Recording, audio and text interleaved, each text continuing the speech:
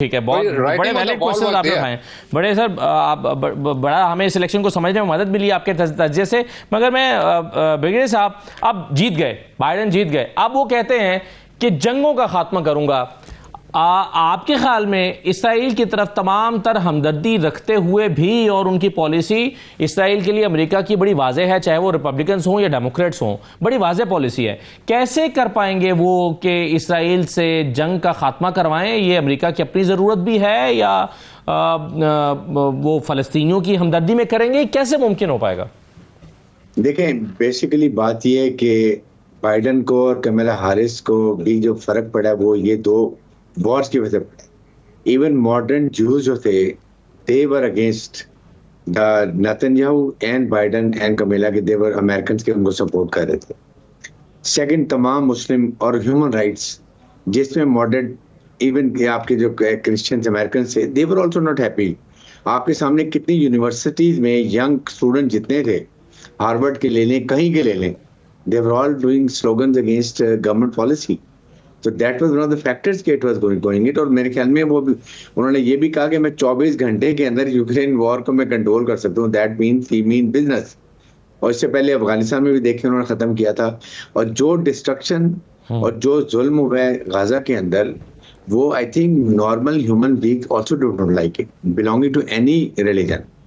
ये भी एक बड़ा फैक्टर है जिसकी वजह से तमाम मुसलमानों का वोट, तमाम मॉडरेट अमेरिकन का वोट, स्टूडेंट्स का वोट, इवन जूस का vote, they have gone against ये डेमोक्रेट्स के। This is one of the factors. फिर उसके बाद उनकी पेंसिल देखें, स्विंग स्टेट सारी उन्होंने जीती। हर एक में फर्क कितना आ रहा था? 1%, 2%, 51%, 49%, 51%, 50%। Main competition neck to neck था। एंड में जाके उनका जो एक रूरल एरिया का है, फिर उनका जो पीपल टू पीपल कॉन्टैक्ट है, फिर उसके बाद जो उन्होंने अपनी पॉलिसी इमिग्रेंट्स के लिए रखी हुई थी, डोमेस्टिक पॉलिसी के लिए हम इम्पोर्ट पे ड्यूटीज लगाएंगे ताकि हमारी डोमेस्टिक इंडस्ट्री इंप्रूव करे।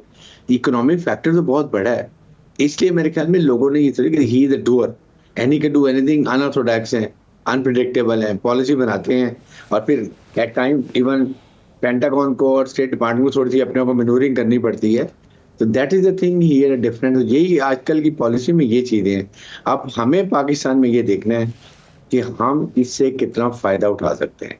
That is the main question कि हमने इसके लिए क्या करनी है। हमारी हुकूमत को अभी सोचना चाहिए कि रिपब्लिकन का झुकाव मिलिट्री टू मिलिट्री कॉन्टेक्ट में ज्यादा रहता है, उसको हमने कैसे एक्सप्लॉइट करना है, हमारे क्या मफादात हैं, उसको हमने कैसे लेके चलना है। खासतौर पर ईरान पाकिस्तान रिलेशनशिप जिसमें गैस पाइपलाइन है, हमने ऑयल उनसे ले सकते हैं कम कीमत के ऊपर।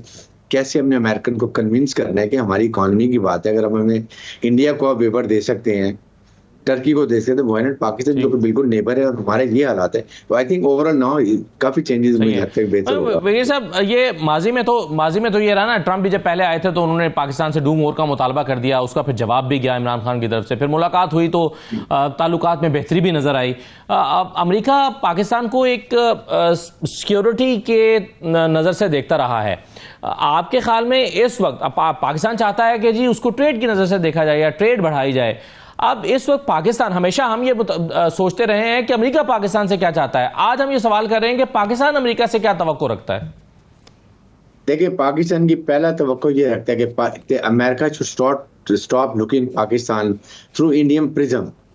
इंडिया के रास्ते से पाकिस्तान को मत लेके आप डायरेक्ट पाकिस्तान रिलेशनशिप थे। इंपॉर्टेंट ये है कि हमने हर दफा मौके पे आपके साथ खड़े होते हैं, उसमें देखना है कि पाकिस्तान चाहता है कि हमारा ट्रेड उनसे बढ़े। पाकिस्तान चाहता है कि हम अब, लेकिन ट्रेड बनाने के लिए आप टैक्स तो बहुत करें, 3-4 बिलियन डॉलर का करते हैं, कॉस्ट ऑफ प्रोडक्शन कम होगी तो दुनिया की मार्केट बीट करेंगे ना। आपको उन्होंने 7-70 चीजें दी हुई है कि जी ये भी आप कर सकते हैं, but you don't meet world market because of high heavy cost of production. तो आपने अपने घर को तो ठीक करें। जहाँ एक मुल्क में 3-4 हज़ार अरब रुपया एक FBR में आपका साल का इनकम टैक्स सेल टैक्स में चोरी हो रहा है, तो अगर आप यही ठीक कर लें तो we don't have to work. आप चादर बनाने की जरूरत कहीं पे भी है। ये चीजें हमने ठीक करनी। फिर मिलिट्री चीफ आर्मी से हमारे बहुत अग्रेसिव हैं, he has a lot of professional acumen भी है, then he can have a community with American Pentagon के साथ। तो हमें इस वक्त प्रोएक्टिव पॉलिसी भी चाहिए। हमारा foreign minister has to be very good. अब मेरे ख्याल में अब ये जो हालात ठीक हो रहे हैं, 26th अमेंडमेंट हो गई है, कोई और चीजें एक्ट से चेंज की हैं, maybe we find people party joining and for, मुझे लगता है कि शायद बिलावल भुट्टो ही बन जाए फॉरेन मिनिस्टर। इससे काफी फर्क पड़ेगा, जो हमें चेंज देखनी चाहिए। बिल्कुल सही है, पीस प्रोसेस को इनिशिएट कर सकते हैं।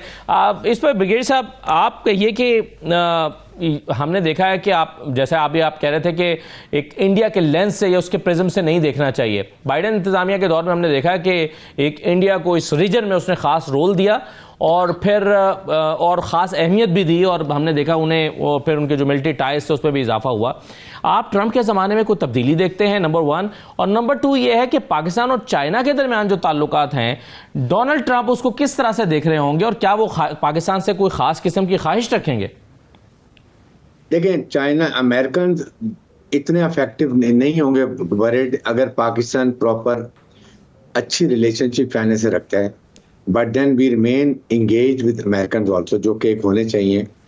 लेकिन साथ प्रॉब्लम ये कि उनकी एक पॉलिसी है, actually in the mind they want कि Pakistan should not be very very close to China, number 1। Pakistan should not go for CPEC, and number 3, Pakistan should accept Indians control over Kashmir. ये उनके डिजाइन में। हमने इस पॉलिसी को कैसे लेके, यही तो आर्ट ऑफ डिप्लोमेसी है कि आपने अपने नेशनल ऑब्जेक्टिव्स को सामने रखते हुए कैसे मैनूवर करके आपने ऑल साइड्स को खुश रखना और अपने बेनिफिट ड्रॉ करने। यहाँ वी गो रॉन्ग, ये आपको रखना, ये आपको प्लान करने की बात है। जैसे अब यूक्रेन की बात करें, देखिए ही विल नॉट के वो अचानक बंद कर देगा लड़ाई, he will talk to Russians, he will approach them कि okay let's find a way out, how to maintain a balance, के नॉट कि यूक्रेन बिल्कुल उसके हवाले कर दे, यूक्रेन इंडिपेंडेंट कंट्री है, बट रशियन की कोई डिमांड है, बेसिकली बैठ के कहीं ना कहीं they will find a solution. कब ये बंद होगी और करेंगे, ये this is what is called कि डिप्लोमेसी वो करेंगे। लाइकवाइज पाकिस्तान को अपने कार्ड खेलने के हमने किस तरीके से अमेरिका को कन्विंस करना है कि हमारी इकोनॉमी डूब रही है, हमारी इकोनॉमी खराब हो रही है, हमें ईरान से सस्ता ऑयल भी चाहिए,